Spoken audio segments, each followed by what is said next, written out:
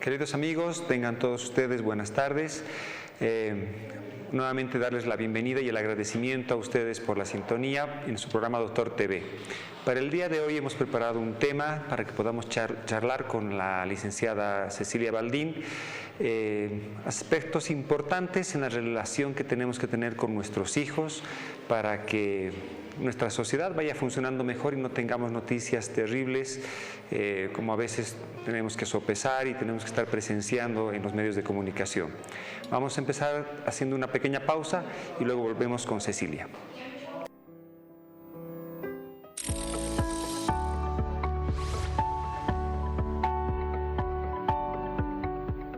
Reuniendo, reeducando, con la cascada estoy reciclando. Bolivia es nuestro hogar, grandes y chicos la tenemos que cuidar. Con la cascada vamos a juntar las botellas para no contaminar. Marca la línea o escríbenos al WhatsApp. Con la cascada todos vamos a reciclar. 680039901 hay que marcar. Con la cascada reciclar con el WhatsApp. 680039901 hay que marcar. Con la cascada reciclar todos marcando. Reciclemos con la cascada, orgullosamente boliviana. Con la cascada voy a reciclar. Diomed, especialidades odontológicas, un equipo de profesionales que logra lo mejor de las sonrisas, donde se trabaja con la última tecnología y los métodos más eficaces para lograr una boca sana. Nos encontramos en pleno centro de la ciudad, Avenida 20 de Octubre, número 376, Edificio Los Cedros. Contactos al 290-1417, WhatsApp 719-44-196. Estamos en las redes sociales. Diomed, especialidades odontológicas, es galardón andino a la excelencia.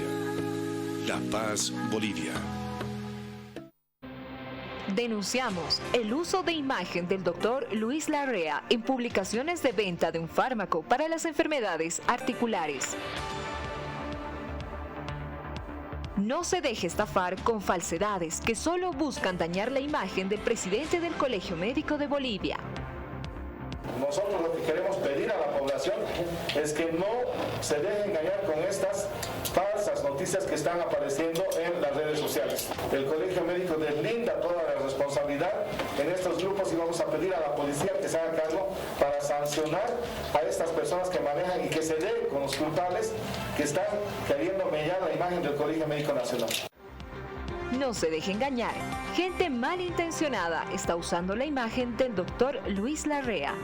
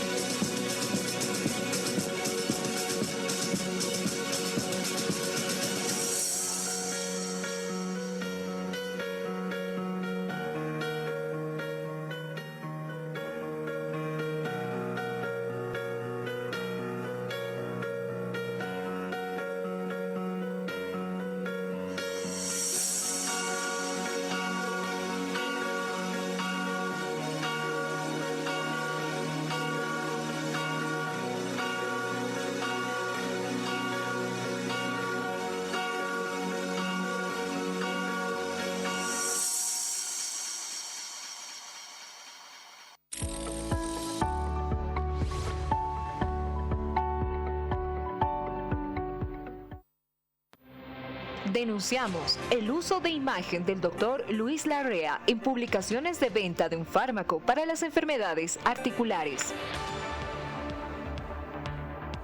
No se deje estafar con falsedades que solo buscan dañar la imagen del presidente del Colegio Médico de Bolivia. Nosotros lo que queremos pedir a la población es que no se deje engañar con estas falsas noticias que están apareciendo en las redes sociales. El Colegio Médico deslinda toda la responsabilidad en estos grupos y vamos a pedir a la policía que se haga cargo para sancionar a estas personas que manejan y que se den con los culpables que están queriendo mellar la imagen del Colegio Médico Nacional. No se deje engañar. Gente malintencionada está usando la imagen del doctor Luis Larrea.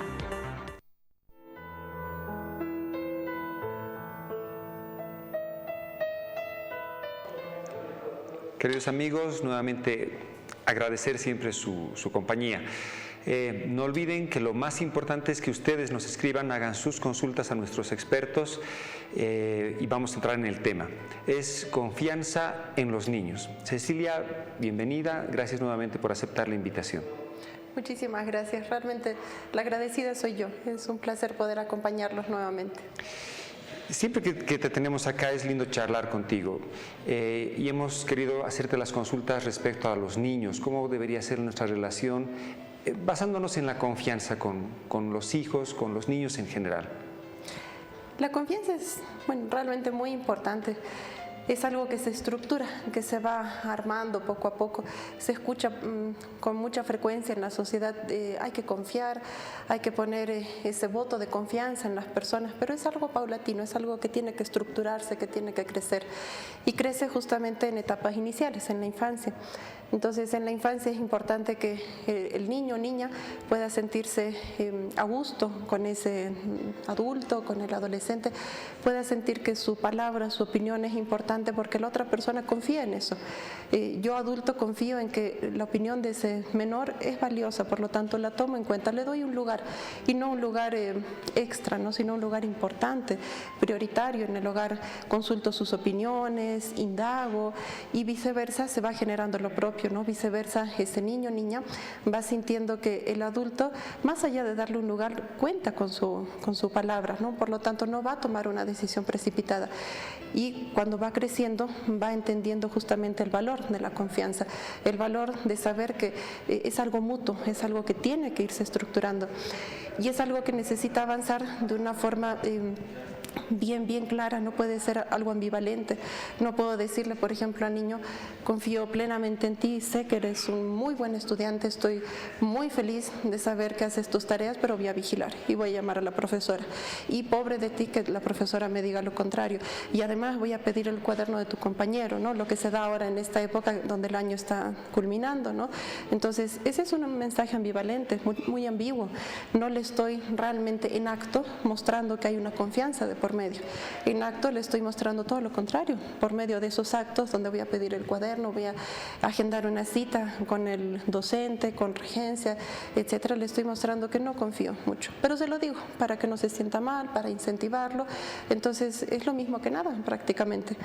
La confianza necesita ser no solo verbalizada, sino también puesta en acto para que la persona lo pueda percibir a partir de los sentidos, lo que escucho, pero también lo pueda ver que realmente esa persona, como se suele decir, pone las manos en el fuego por mí y yo por ende me siento en esa reciprocidad para hacer lo mismo, ¿no? Mira, quiero que nos des un consejo a los médicos. ¿Qué nos pasa en la consulta? Entra el niño, 5 o 6 años, y entra o el papá o la mamá acompañando. Siéntate aquí, ponte acá. Se sienta y obviamente todos los médicos sabemos que la fuente de información del propio paciente es la que más nos interesa porque los síntomas, el papá puede verle sufrir, puede tener su propia percepción, pero solamente lo siente el niño. ¿Y qué pasa? Doctor, yo le voy a contar. No, espérame un ratito, quiero preguntarle al paciente. Y ahí la mayoría de los papás responden muy bien. Ok, ya, contale al doctor. y le preguntamos al paciente. Pero hay situaciones donde empezamos a hacer la indagación al paciente, al que necesita nuestro servicio, y el papá se pone a mirar, incómodo, empieza a mirar su celular, pone una cara de disgusto, y el hijito empieza a mirar al papá y tiene miedo de decir las cosas. ¿Qué harían en ese momento? Bueno, evidentemente la confianza hace que las cosas no puedan fluir, pero ¿confianza en qué? No es la confianza en que la otra persona me está dando mi lugar, ¿no? Sino la confianza en saber que ese lugar de tener el conocimiento, las respuestas que el médico necesita, la tiene papá, mamá o tutor. Entonces, básicamente, la confianza tiene un lugar, pero un lugar que no es mío, es un lugar de alguien más, ¿no? Entonces, es prudente en ese momento, bueno, marcar los límites, donde el paciente es el que necesita realmente expresarse, porque sí coincido, es muy habitual ver que ¿qué edad tiene? Tiene 12, ¿no es cierto? Tienes 12. Sí, ya vas a cumplir 13, va a cumplir 13, ¿no? Entonces, partiendo desde detalles mínimos, ¿no? La persona puede sentirse muy cohibida. Lo ideal es poder recabar la información, como usted mencionaba, de la misma fuente, pero decirle en un ámbito de salud, bueno, por favor, la familia que espere afuera, ¿no? En la sala de espera, por ejemplo. En algunos casos puede ser complejo, pero es oportuno buscar la forma para que ese familiar entienda que realmente esa información necesita salir del paciente, ¿no? Porque puede ser algo muy, muy subjetivo el tema del dolor, por ejemplo. El paciente puede decir, no me duele, ¿no? Y el adulto podrá decir, es que lo que quiere es salir con sus amigos, por eso dice que no le duele. Pero como no quiere ir a clases, dice que le duele, ¿no? Pero necesitamos indagar otros aspectos, no necesariamente específicamente esa pregunta, si le duele o no, otros elementos para poder concluir y saber si realmente hay un dolor de por medio limitante o no. Entonces es realmente importante poder ir ordenando, si se quiere, ese momento, limitándolo para poder tener la información más certera posible. Esa construcción es compleja, es larga. ¿Cómo hacemos? Porque duele ver que los niñitos estén tan cohibidos y no puedan expresar lo que necesitan, teniendo al médico ahí que queremos ayudar. ¿Necesita sesiones? ¿Cómo se hace? Es complejo en los casos donde la familia sigue restringiendo, ¿no? Esa situación. Claro, no lo hacen con malicia, ¿no? Obvio, pero sí. Es un constante donde con el afán de poder ayudar y brindar todos los datos y hacer que el hijo responda de la mejor manera, se va limitando lastimosamente la información y ya deja de ser algo objetivo, ya pasa a ser algo totalmente tergiversado. Las sesiones, el trabajo que se realiza en psicología tiende a ordenar un poco, si se quiere eso, ¿no? Entonces colabora con ese proceso para que la familia pueda también permitirle al hijo crecer. Y crecer no significa solamente cumplir años, ¿no? Sino adueñarse de esa responsabilidad y decir, sí, efectivamente, no me duele o me duele mucho, o es algo que me molesta, o es algo que me preocupa, que me asusta, o en realidad lo que me asusta es que me riñan en casa, y si me riñan en casa me preguntarán por qué no has cumplido, no sé, con las normas de la alimentación y por lo tanto te duele. Pero es importante que la persona pueda asumir esas responsabilidades, porque la responsabilidad no solamente se asume en un ámbito médico, de salud, esa responsabilidad que ese niño, ese adolescente puede asumir en una consulta médica, se replica en otras áreas, ¿no? Entonces volvemos al tema de ese doble discurso. Quiero que crezca, que sea responsable en el colegio, pero sin embargo en la cita médica yo respondo por él, ¿no? Y no le doy esa chance de que se exprese como correspondería, ¿no? ¿Y en el colegio cómo afecta? En la vida académica, bueno, sin duda también se hace complejo, ¿no? Afecta, porque volvemos a lo mismo, ¿no? Quiero que ante el docente, ante el profesor del curso, responda así de la forma más idónea, pero si está la persona muy acostumbrada a que en la vida cotidiana del hogar, con familiares, a nivel social, siempre está la presencia de este adulto normando las cosas, pues lastimosamente a nivel académico puede ser el mismo panorama, ¿no? Entonces es importante que la persona vea que realmente eso que se está haciendo es para todo, ¿no? Si se están haciendo cambios donde se está impulsando un poco a que se asuman responsabilidades, es para todo, para la parte académica, para la parte social, para la parte familiar. En casa ya no será, por ejemplo, no, yo voy a hacer, quisiera que me ayuden. porque nunca me ayudan en casa, pero bueno, yo nomás haré porque ustedes no hacen, no pueden o les sale mal. Ese doble discurso que muchas veces se maneja, ¿no?, en las familias, donde las autoridades solicitan la ayuda, pero en el momento donde los hijos dicen, bueno, ayudaré, no, porque tú haces mal, no, tú no vas a saber cómo hacer, además lo vas a romper, prefiero que no hagas. Pero me sigo quejando como persona adulta y quisiera que me ayuden porque nunca lo hacen, están ahí viendo tele. Entonces volvemos a ese doble discurso. Es importante tener las cosas claras, que no exista un doble discurso, tener un análisis bien puntual, una solicitud bien puntual y darle la chance a que las otras personas crezcan. ¿Se equivocarán? Sí, probablemente es parte de la vida, es parte del proceso, pero en eso también hay un aprendizaje, ¿no? Si el niño o niña se equivoca con algún tema de la limpieza, por ejemplo, del hogar, bueno, es parte del proceso. Tocará asimilar que hubo un error y tocará asimilar que puede subsanarlo para replicar la misma conducta en el aula, en el colegio. Y si me equivoco, no voy a esperar a que alguien me diga. Si me equivoco, buscaré la forma de subsanarlo, ese ejercicio que estoy haciendo, y entregarlo al docente, por ejemplo, ¿no? ¿Eso se puede trabajar con la familia? ¿Lo hace con el adulto? ¿Necesitas la presencia del niño? ¿Cómo se hace eso? Se hace con la familia de una forma conjunta, si está el niño de por medio, con la posibilidad de tener un trabajo individual, por ejemplo, ¿no?, las sesiones en psicología de forma individual, bueno, bienvenido, ¿no?, mucho más favorable, pero es importante que pueda ser de una forma amplia, ¿no?, donde el trabajo con la familia también permita que exista en algún momento, si es requerido, el trabajo, ¿no?, con la persona. Ya. Dentro de las técnicas, las cosas que se trabajan, ¿esto se hace como una situación especial de sobreconfianza o es parte de otro síndrome, de otras manifestaciones psicológicas? Es parte de todo, es un plus, diríamos, ¿no? Yeah. Es un elemento que se suma y es parte de un todo, porque tiene que haber ese elemento de confianza en las relaciones de pareja, tiene que haber ese elemento de confianza en las estructuras familiares, en las adherencias al tratamiento, tiene que haber esa confianza en las situaciones que están enlazadas con el aprendizaje en la vía académica, a nivel educativo, y con las mismas instituciones laborales, ¿no?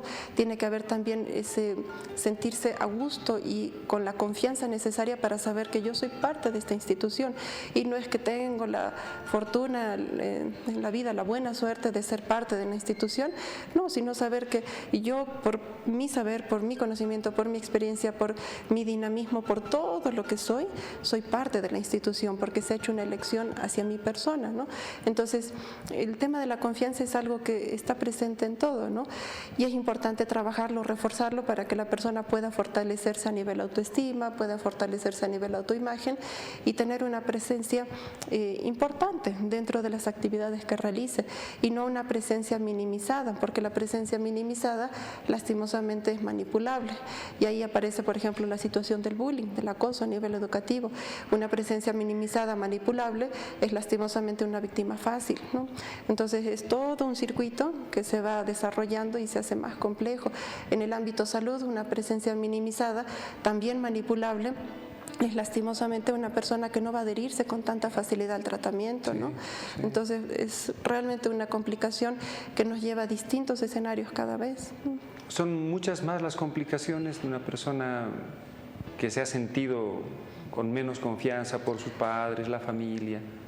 Es más complejo porque la persona, como mencionábamos, con más facilidad tiende a ser manipulable, ¿no?, por el entorno, ¿no? Entonces, sí siento que el entorno no confía en mí porque constantemente han estado pendientes, y he sentido que no ha sido producto del amor hacia mí.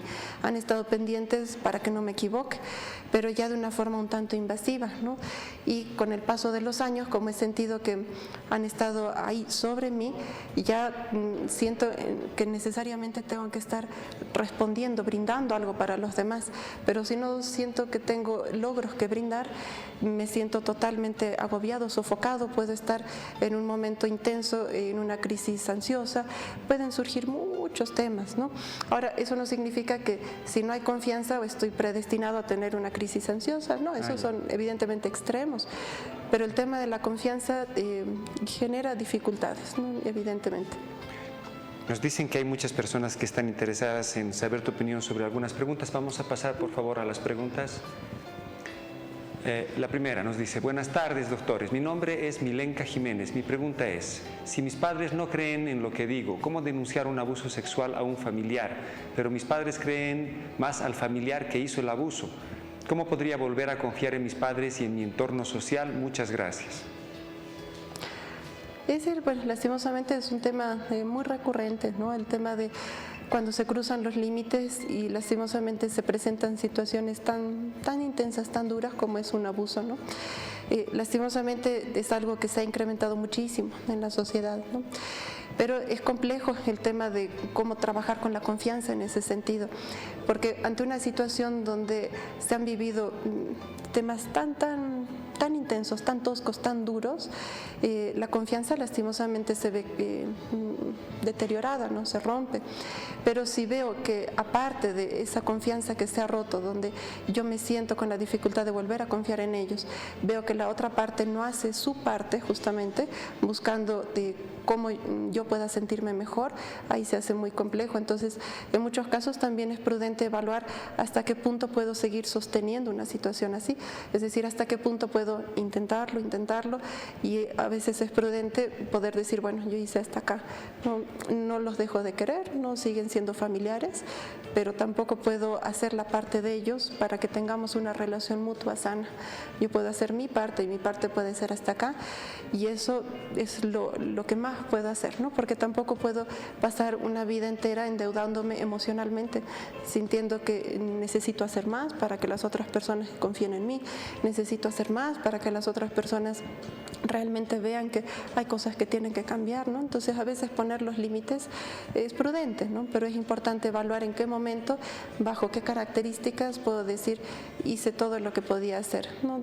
Lo sigo amando, vamos a tener ese lazo, pero no puedo hacer más de lo que ya hice, ¿no? Pero buscan a otra persona en quien confiar. ¿Cómo actúan? Depende. Muchas veces sí se recurre erróneamente, ¿no?, a otra persona en quien aferrarse, ¿no? Persona, situación, puede ser trabajo, puede ser actividad, pero ese deseo de ser una persona confiable para alguien se desplaza. Si no aparece en ese escenario que tendría que ser, como con la familia, se desplaza. Y me aferro a mi pareja, por ejemplo, me aferro a una amistad, y si esa persona por alguna situación de la vida deja de ser parte de mi vida, mi pareja, mi amistad, no sé, mi trabajo, me desmorono en muchas ocasiones, ¿no? Entonces es importante en ese tipo de situaciones donde la confianza está realmente ahí pendiendo de un hilo, poder hacer un abordaje, un proceso de terapia para que no tenga que aferrarme a nadie y que pueda yo lidiar con esa situación, hacerle frente, marcar mis límites, mis puntos de tolerancia y poder vivir con lo que la vida me traiga en paz, ¿no? En el caso de la persona que nos hace la consulta, la primera sugerencia sería trabajar con la familia para que esa confianza se restaure.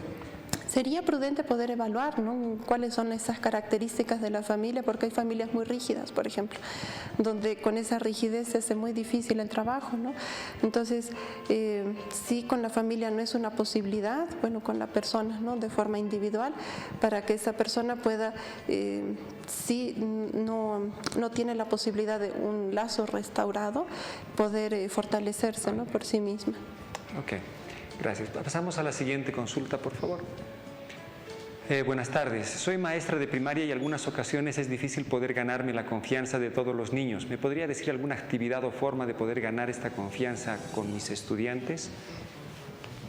¿Cómo podemos hacer? Es interesante, ¿no? Porque los niños, si bien se escucha con mucha frecuencia de que el niño confía en todos, ¿no?, y que al niño, si se le habla bonito, por ejemplo, ¿no?, puede acceder, puede permitir cosas, porque confía inicialmente en la otra persona, pero hasta cierto punto, porque toda persona va evaluando, ¿no?, qué es lo que le brinda a alguien más. Entonces, si he depositado mi confianza correctamente, por ejemplo, ¿no?, entonces los niños hacen también ese proceso, los niños van evaluando si realmente esa confianza que le he dado a mi profesor, es lo mejor que he hecho, o tal vez vez es algo que no debería haber hecho, ¿no? Y que debería haber confiado más en otra persona. Entonces estamos como adultos ante los niños siendo evaluados constantemente, pero eso no significa que tengamos que ponernos a merced de los niños, ¿no? Sino más bien que podamos marcarle un rumbo claro, dejar esa ambivalencia que muchas veces la vida adulta trae, ¿no? Entonces dejarla de lado y tener una postura firme, lo que no significa rígida, ¿no? Sino firme. Si yo soy una persona, por ejemplo, que valora mucho que culminen las tareas a tiempo, eso va a ser siempre importante y no puedo estar constantemente, ¿no?, haciendo cambios, hoy sí me importan las tareas, mañana no, pasado sí. Entonces es importante poner ahí algo bien claro, ¿no?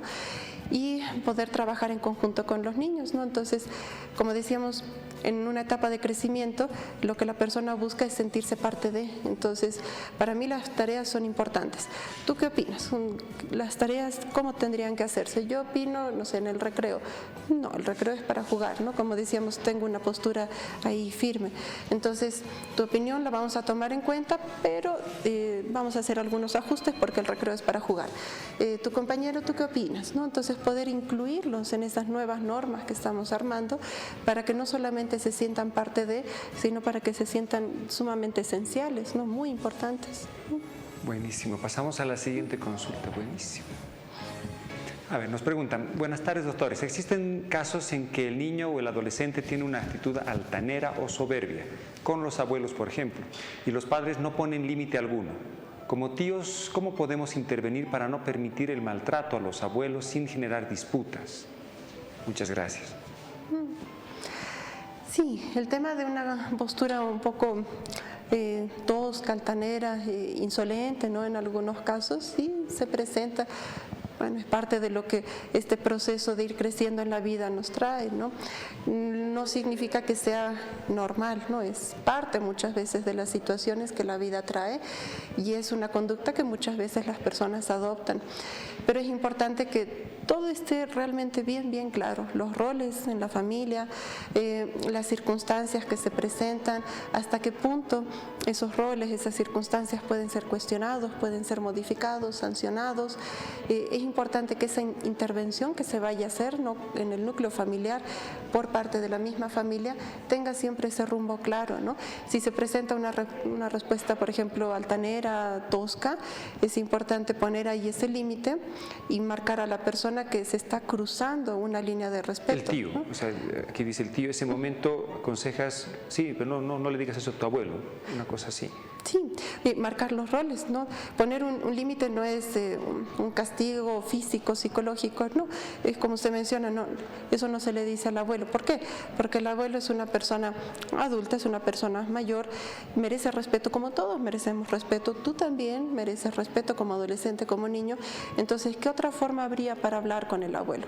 Es que el abuelo, no sé, no es mi papá, él no puede opinar, es cierto, y tú no eres su hijo, por lo tanto, tú no puedes hablarle así, ni siquiera tu propio papá le habla así, entonces mucho menos el nieto. ¿Por qué le hablas así? Entonces si eres el nieto, como tú acabas de decir. Entonces poder devolverle un poco a la persona, pero de una forma analítica, eso que ha expresado con una impulsividad y con torpeza, ¿no? Porque son respuestas que muchas veces tienden a herir, buscan más bien herir. Claro, no de una forma maliciosa, pero es esa molestia que busca que la persona se sienta afectada y por lo tanto es punto para quien ha tenido una conducta insolente, ¿no? Entonces es importante sí devolverle eso, pero de una forma analítica, en todo momento. Incluso si dice, es que ustedes no me dejan opinar. Sí, puede ser. Puede ser que a veces no dejemos opinar. Es algo que lo voy a tomar muy en cuenta. Me parece que es una apreciación importante. De hecho, creo que nunca me he sentido tan bien hablando en familia porque estás dando una opinión y me parece muy valiosa, lo voy a anotar. Es más, ¿qué otra opinión quisieras tener, ¿no? Entonces, poder hacerle notar que tal vez las cosas no están avanzando de la mejor forma, pero hay otras formas para decirlas, ¿no? Podemos hacer un listado, podemos reunirnos, podemos conversar, pero no responder del mismo modo. Si yo respondo altaneramente también, bueno, va a ser un caos, ¿no? Claro. Súper. Pasamos a la siguiente consulta. Gracias por escribirnos. Buenas tardes, doctores. Como siempre, feliz de tenerla en el programa, doctora. Mi pregunta es la siguiente. Si uno de mis familiares tuviera una mala relación con mi hermano de 13 años, ¿qué es lo que se podría hacer para que en ambas partes recuperen la confianza? ¿Cuál sería ese primer paso? ¿Qué le decimos? Bueno, agradecida por las palabras. El El tema de la confianza, como decíamos, es algo que se estructura, ¿no? Paso a paso. Entonces no es simplemente que ya borrón y cuenta nueva, ¿no? Como a veces se escucha en la sociedad, donde nos abrazamos, nos damos un beso y listo, ¿no? Como a veces se plantea, ¿no? En el ámbito académico en etapas iniciales, ¿no? No se peleen más, dense un abrazo y solucionado, ¿no? Así sea una persona joven de 13 años, es una persona que ya tiene un planteamiento estructurado, ¿no? O sea, ya tiene un análisis racional, una parte lógica, analítica, más o menos cada persona es distinta, pero ya hay un pensamiento estructurado, ¿no? Por lo tanto, es una persona que tiene un planteamiento valioso, una opinión valiosa, al igual que las personas adultas. Entonces es importante poder jalar todas esas opiniones para poder encontrar cómo ponerlas en esa balanza, ¿no? Si yo veo que de repente la persona mayor está muy molesta o la persona más joven de 13 años está muy molesta, no puedo tomar partida por uno o por otro. Necesariamente, para que pueda existir esa armonía en el hogar, tengo que jalar los planteamientos que cada parte hace para no darles un juicio de valor, no darles un sesgo, sino más bien de una forma objetiva poder ver qué es lo que quiere una de las partes, si eso que desea es algo que se puede cumplir o no, de una forma real, qué es lo que quiere la otra parte, si eso que quiere realmente se va a poder concretar o no, porque pueden haber planteamientos que no tienen mucha lógica en muchas ocasiones, ¿no? Hay muchas familias donde dicen, lo que yo quiero es que cambie, ¿no? La otra persona, y la otra persona puede decir, es que yo no puedo cambiar porque la verdad me hacen renegar mucho, ¿no? Entonces estamos en una postura muy rígida que no lleva a ningún avance, más bien es una confrontación constante. Entonces poder ver, bueno, el deseo es que la otra persona cambie, pero ¿por qué es tan importante que la persona cambie? Porque grita mucho, ¿ya? Entonces, ¿qué es lo que pasa con uno mismo? ¿Qué es lo que pasa contigo? Que esos gritos te generan tanto malestar. Es que me hacen recuerdo, no sé, cuando papá gritaba. Bueno, ese es otro tema. Entonces puede ser que esa persona que grita mucho no sea el causante absoluto de ese malestar, sino la persona que detona un malestar interno. Por lo tanto, ya son dos temas que hay que trabajar de forma separada, ¿no? Ok. Queridos amigos, vamos a llevar una pequeña pausa. Vamos a seguir recibiendo sus comentarios, sus preguntas para nuestra experta.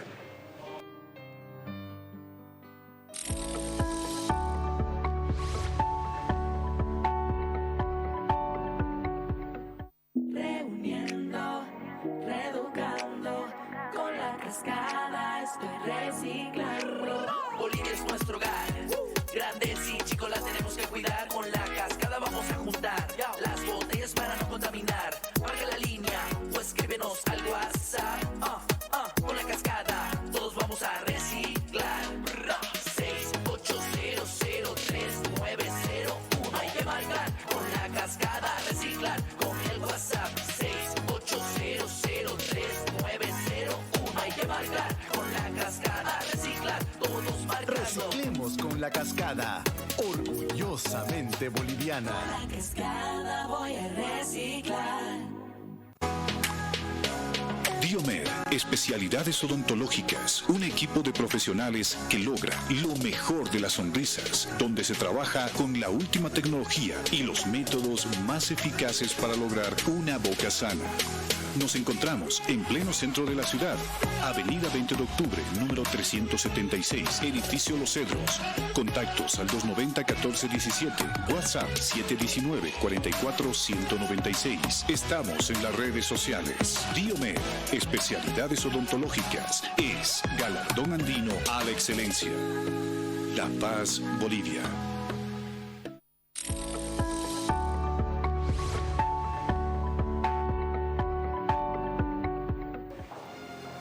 Gracias amigos, vamos a continuar con las consultas de ustedes para Cecilia respecto a la confianza en los niños. Pasamos a la pregunta, por favor. Nos dice, buenas tardes doctores, primeramente saludos. Mi pregunta va más hacia el niño que pasa a la adolescencia. ¿Cómo podemos ganar la confianza en aquellos que pasaron por actos de abuso físico o por consumo de sustancias? ¿Cómo debiera de ser la charla con ellos? Varinia nos pregunta eso. ahí volvemos un poco a lo que decíamos, ¿no? La confianza no es que la puedo perder o ganar, no, de una forma radical. La tengo que estructurar, esa base es como un edificio, necesito ir armando cada uno de los pisos, que me puedo detener en algún momento y esa confianza no fluye, sí, pero tengo que constantemente armarla, ¿no? Y para armarla, si tengo el dato que la otra persona ha atravesado una situación muy intensa, ¿no? Donde han habido abusos, donde han habido excesos, necesariamente esa confianza que se ha estado estructurando en algún momento se ha detenido, probablemente en la vida de esa persona. Entonces, si yo intercedo en la vida de esa persona, si yo aparezco, si yo interactúo con esa persona e intento restablecer esa confianza y que fluya, probablemente me encuentre con algo que está detenido. Entonces, mientras más insista, la otra persona más reticente se pone, ¿no? Como más a la defensiva. Entonces, necesariamente tengo que ir por otra vía, ¿no? Y no solamente confía en mí, tú puedes, vamos a estar bien, vamos a tener un buen momento familiar, de amistad, de pareja, juntos, no, sino tengo que ir por otra vía, mostrándole, como decíamos, a la persona que su opinión, su palabra, su presencia incluso es muy valiosa para mí.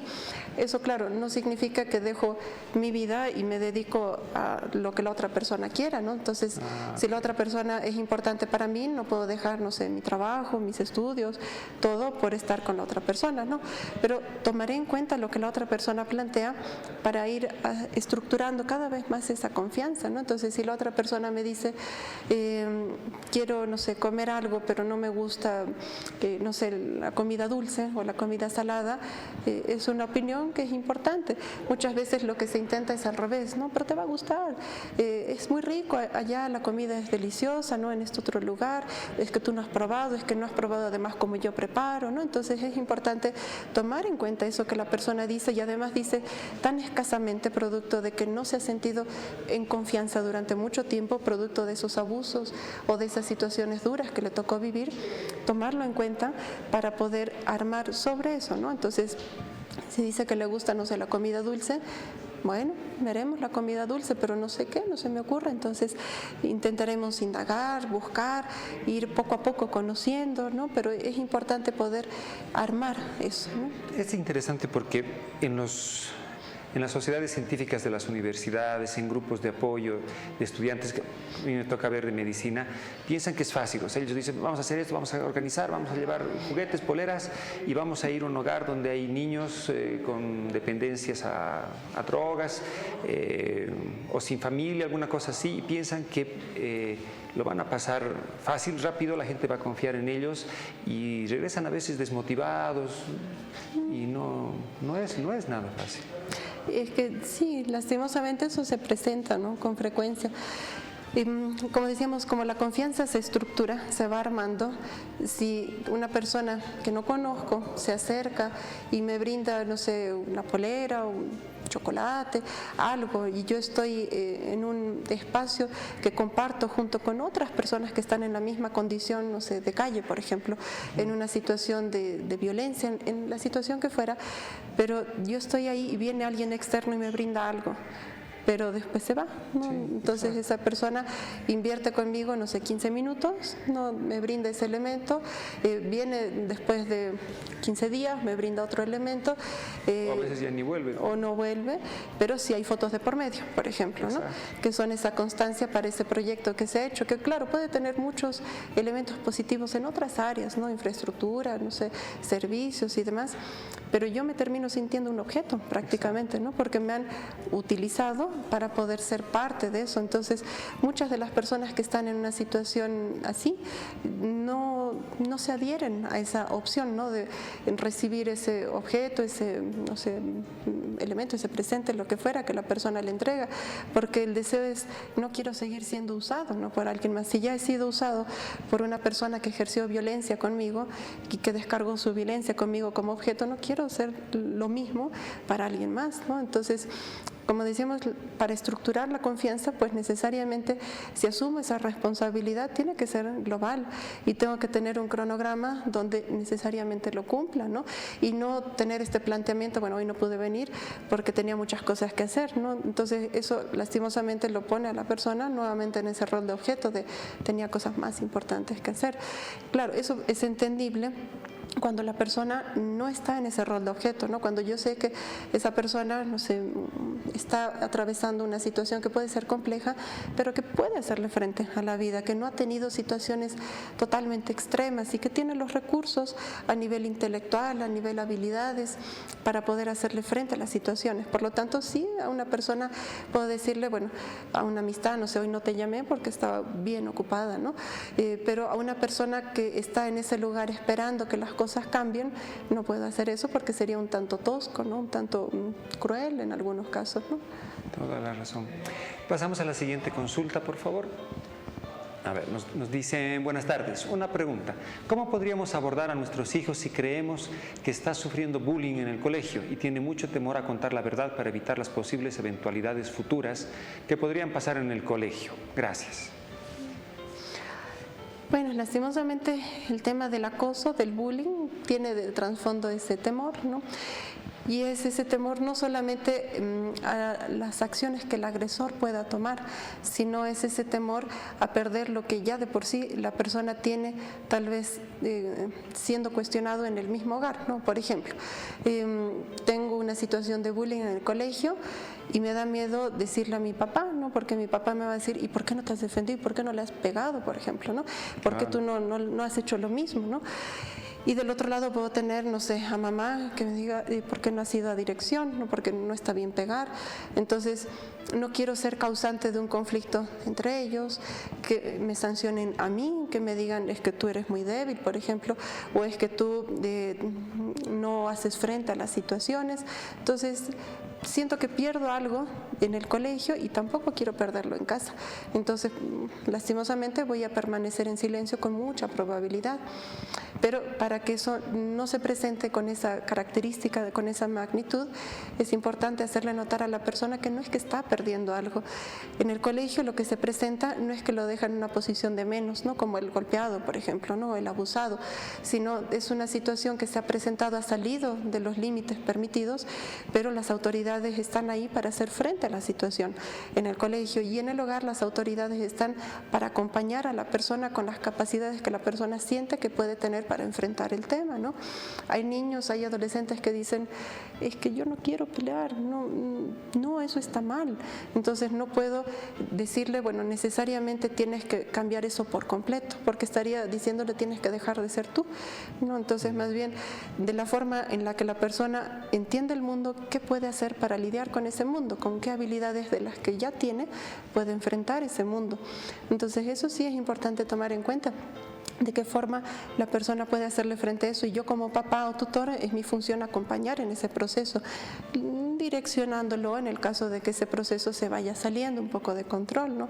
Por ejemplo, si el niño dice, bueno, desde mañana no quiero ir más al colegio, quiero hacer la educación en casa, virtual, con la cámara apagada y en lo posible ni eso, ¿no? Entonces, eso tampoco es algo que pueda avalar, ¿no? Necesariamente como adulto a cargo tengo que direccionar y hacerle notar que es una opción, ¿no? Dejar todo, pero no es una opción que vaya a ser de utilidad, ¿no? Porque en algún momento, por situación de la vida, mamá, papá o tutores no estarán. Entonces, se tiene que lidiar con eso. Entonces, ¿de qué forma se puede lidiar con eso? Como decíamos, la confianza se estructura. Yo como papá tengo que escuchar a esa persona. Te escucho, ¿tú qué opinas? ¿Tú qué piensas? ¿Qué podemos hacer? Voy a tomar nota, me parece importante. Entonces, ¿tú crees que es importante hablar, no sé, con los papás de ese agresor? Creo que puede ser una buena opción, pero a ver, vamos a analizar cómo es ese agresor, cómo son los papás. Entonces, ¿qué podríamos decirle? ¿Qué podría ser útil? ¿Qué no? Hacer esa reunión, digamos, interna en el hogar para que el niño vea que, bueno, evidentemente no estoy solo. En clases, a nivel físico, estoy ahí yo, pero tengo todo un núcleo familiar que me resguarda y me sostiene, ¿no? Súper, súper. Pero si te dicen que vaya al psicólogo y listo, yo no tengo tiempo para ir a las terapias o a la consejería. Bueno, es común, ¿no? A veces encontrarnos con eso, ¿no? Donde el psicólogo va a subsanar todo, y sería fantástico, ¿no? Pero bueno, no es posible, no hay una magia en la psicología, por lo tanto no puede subsanarse todo simplemente por el hecho de asistir a la terapia. En el caso de una situación con una persona que está en desarrollo, como un niño o niña, necesariamente el trabajo con la familia es importante, porque el niño puede poner muchos elementos ahí en la sesión, en la terapia, puede analizarlos, puede tomar acciones al respecto, pero al estar en desarrollo, todo lo que el entorno plantee va a ser absorbido con mucha intensidad, ¿no? Entonces necesitamos que el entorno también analice la situación. Ok, pasamos a la siguiente consulta. Nos escriben: muy buenas tardes, mi nombre es Vivian Vincencio. Bueno, mi pregunta es, ¿cómo puedo llegar a tener una buena relación y desarrollar confianza con mi mamá y o hermanos? Porque a veces no sabemos cómo llegar a tener una buena comunicación, ya que tampoco nadie nos enseña. Esta es parte importante. A veces lo dejamos cuando somos viejos y decimos, no, pero es lógico, claro, pero es lógico porque has tenido una vida, has visto muchos casos. El enseñar a hacer bien las cosas, a llevarnos bien como seres humanos, no tenemos clases de eso. ¿Qué hacemos para esas personas que nos preguntan cómo podemos aprender? Sí, bueno, evidentemente clases no hay, ¿no? Podemos tomar talleres, cursos, podemos tomar seminarios, todo, ¿no? Pero necesariamente al momento de aplicarlo siempre va a haber alguna variante, ¿no? Porque la situación en el hogar tiende a tener características distintas, ¿no? En cada núcleo familiar. Entonces es importante, como decíamos, darle a la persona ese lugar, respetar los roles, respetar esa estructura. Las personas mayores en la tercera edad, por ejemplo, tienen una característica un tanto rígida, ¿no? Donde está esa comparación, incluso es que en mi época no era así, es que además yo de joven no era así, ¿no? Entonces constantemente está esa comparación de por medio que no puedo modificar, no puedo retroceder el tiempo, no puedo cambiar mi propio accionar porque soy otra persona, ¿no? Entonces es importante hacer hincapié en eso, sí. Entiendo que las cosas son distintas y entiendo que somos personas distintas, pero entiendo que nos podemos unir mucho como personas distintas que somos. Entonces, no se trata de ver quién gana, quién pierde, quién tiene la razón, sino de qué forma podemos congeniar en esas características tan distintas que tenemos. Pero como decía en un principio, poniendo los límites, porque no voy a poder con todo. Puedo congeniar con una parte de mi familia, con, no sé, el 50% de las características de mamá o de papá, pero el otro 50% me genera malestar y no puedo. Entonces, esa es la parte hasta donde yo puedo hacer. No puedo forzarme yo, no puedo forzarlos a ellos, por lo tanto, tendré que tener una dinámica que tenga esas características, ¿no? Donde congeniamos, conversamos, reímos, pero hasta cierto punto. Cuando llega el momento de hablar de otras cosas, no se va a poder, ¿no? Es algo que tomará más tiempo, por ejemplo. Cuando llegue el momento de que la familia pregunte, por ejemplo, ¿y cómo va tu vida? No sé, ¿te has casado? ¿Tienes hijos? ¿Por qué no tienes hijos? ¿Por qué no te has casado? ¿Por qué no has terminado de estudiar? Que son preguntas recurrentes a veces en la sociedad. Esos son temas que tal vez me generan angustia a mí. Entonces, ese puede ser un limitante donde tengo muchas respuestas para eso, pero lo vamos a hablar mamá o papá en otro momento, porque ahora he venido específicamente a que conversemos del tema A y no del tema B, ¿no? Entonces, poner los límites, mantener los roles claros. No soy la persona que tiene que subsanar dudas o no soy la persona que sigue en un rol infantil para seguir con ese proceso de crianza, ¿no? Las cosas tienen que estar bien ordenadas, ¿no? Qué interesante. Pasamos a la siguiente consulta. A ver, nos dicen: buenas tardes, doctores. Mi consulta es, ¿qué se debe hacer cuando no se logra recuperar la confianza del niño o niña? O sea, ya se está dando por vencido. La confianza siempre va a ser cuestionada, siempre, ¿no? Por adultos, por niños, por jóvenes, siempre. Pero es importante que, como decíamos, no se empiecen a forzar las cosas, ¿no? Si ese niño está cuestionando las cosas y ya no confía en mí como adulto, yo no puedo forzar, ¿no? Yo no puedo hacer todo todo lo que esté a mi alcance y más para convencer a la otra persona, porque lo único que estoy haciendo es mostrar que la otra persona está empoderada y no yo, y yo soy el adulto, entonces no puedo volcar toda mi vida para que la otra persona me dé su aprobación, por ejemplo, ¿no? Así o así, no, necesariamente tengo que seguir en ese rol de adulto a cargo, si soy mamá, papá o tutor, pero haciéndole notar a la otra persona que, bueno, ha habido una situación que nos quebró mutuamente con esa confianza y ese quiebre que hemos tenido no lo estamos pudiendo subsanar. Es algo que habrá que tomar con calma, pero sí podemos fortalecer otras áreas, ¿no? Podemos fortalecer diálogo en otros temas, podemos fortalecer esas actividades juntos, pero tal vez ese tema que hizo que se quebrara nuestra relación, tal vez no todavía. Entonces, cuando estas otras áreas estén fortalecidas, ahí ya podemos abordar estos otros puntos, ¿no? Pero si, insisto, como decíamos, esta brecha no empieza a estar así, ¿no? Y tengo a un pequeño niño adulto, ¿no? Que empieza a ser el dueño de toda la verdad, ¿no? Y eso no funciona. Pasamos a la siguiente consulta. Agradecerle siempre su confianza. Buenas tardes, doctores. Quería preguntar cómo podemos hablar de la sexualidad con nuestros hijos. ¡Wow! Directo, sin anestesia. Ese es un tema importante, ¿no? Que debe hablarse desde una etapa muy temprana. Tomemos en cuenta que en la infancia es donde todo se estructura, todo se arma, ¿no? La personalidad, los deseos, los temores, la imagen, el concepto de sí mismo, del entorno, la confianza se va armando, todo se va armando. Entonces, si yo hago hincapié en que la persona pueda tener el tema moral, ético, los valores, la parte académica, la responsabilidad, todo en orden, pero no abordo temas que de por sí le generan dudas a la persona de por qué mi cuerpo es distinto, no sea el de mi hermano, por ejemplo, ¿no? O por qué necesariamente mi cuerpo puede tener una variante cuando yo crezca, ¿no? Entonces, si esos temas no se tocan, estoy generando un vacío y los vacíos la mente busca subsanarlos, llenarlos de información. Entonces, esa información lastimosamente no es siempre la mejor, que se encuentra en el diálogo con los pares, con otros amigos, en el diálogo con otras personas adultas que de repente puedan tener una intención maliciosa de por medio en las mismas redes, ¿no? Porque los niños manejan muy bien el tema de redes, del televisor, de todo, ¿no? Entonces, necesariamente es un tema que debe hablarse. El tema es cómo, ¿no? Porque es algo que genera más angustia al adulto, ¿no? Entonces, poder abordar toda esa explicación más a nivel del cuerpo, del organismo, a nivel anatómico, ¿no? ¿Cuál es la función? ¿Para qué sirve? ¿Para qué no sirve? ¿De qué forma este cuerpo necesita tener ese respeto propio, ajeno? Una vez que se puedan abordar esos temas, los mitos que pueden haber, otros elementos, las dudas que el mismo niño puede tener. Hay niños que dicen, es que mi amigo me dijo que una persona se puede embarazar por dar un beso, por ejemplo, ¿no?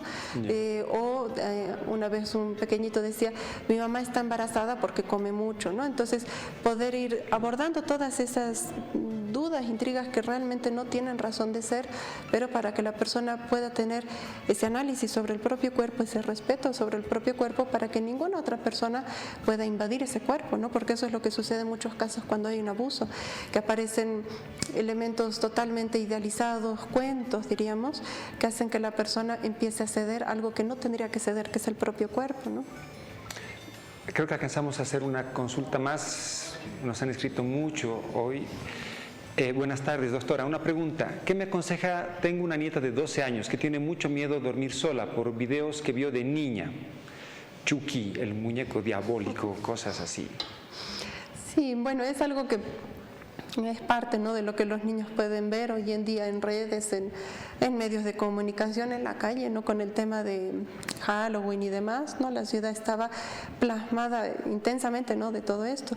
Entonces, genera cierta angustia, ¿no? Cada persona lo vive de forma distinta, pero es importante a ese elemento que ha generado malestar poder ir despojándolo de esos miedos. En otras palabras, poder mostrarle, bueno, si le he tenido miedo, no sé, a una araña que apareció en un video, a Chucky que apareció en la película, poder hacerle notar, a ver, ¿por qué está compuesto Chucky? No es un muñeco, no sé, de plástico, que tiene estas características, ¿no?, que tiene la movilidad restringida, etcétera, ¿no? Pero poder hacerle notar que es algo que no es que ha tenido vida, por ejemplo, en la película, es algo que ha tenido un uso en la película, se lo ha usado para poder asustar. ¿Y por qué? Porque eso es una película que puede ser más comercial, claro, sin entrar en todo ese tema, ¿no? Para una menor de 12, pero hacerle notar que ha sido parte de la creatividad de ese director y no necesariamente es algo malo que tiene ella que arrastrar, ¿no? Hoy en día. Queremos siempre agradecer tu compañía, tus palabras. A mí me ha quedado muchas cosas que yo necesito volverte a escuchar. Para nuestros amigos que están sintonizándonos, tenemos el canal en YouTube de Doctor TV. Este tipo de programas donde hay mucha información y tan sustanciosa, vale la pena escucharla una o tal vez 2 veces más para entender los mensajes que nos has querido dar. Agradecerte siempre tu compañía, tus palabras y esperemos vernos pronto. Bueno, para mí realmente es un placer estar acá, acompañarlos. Me siento muy dichosa de poder ser parte en esta oportunidad, ¿no?, del programa, así que en la medida de lo posible para mí siempre será un placer estar presente y acompañarlos. Gracias. Gracias. Hasta pronto, amigos.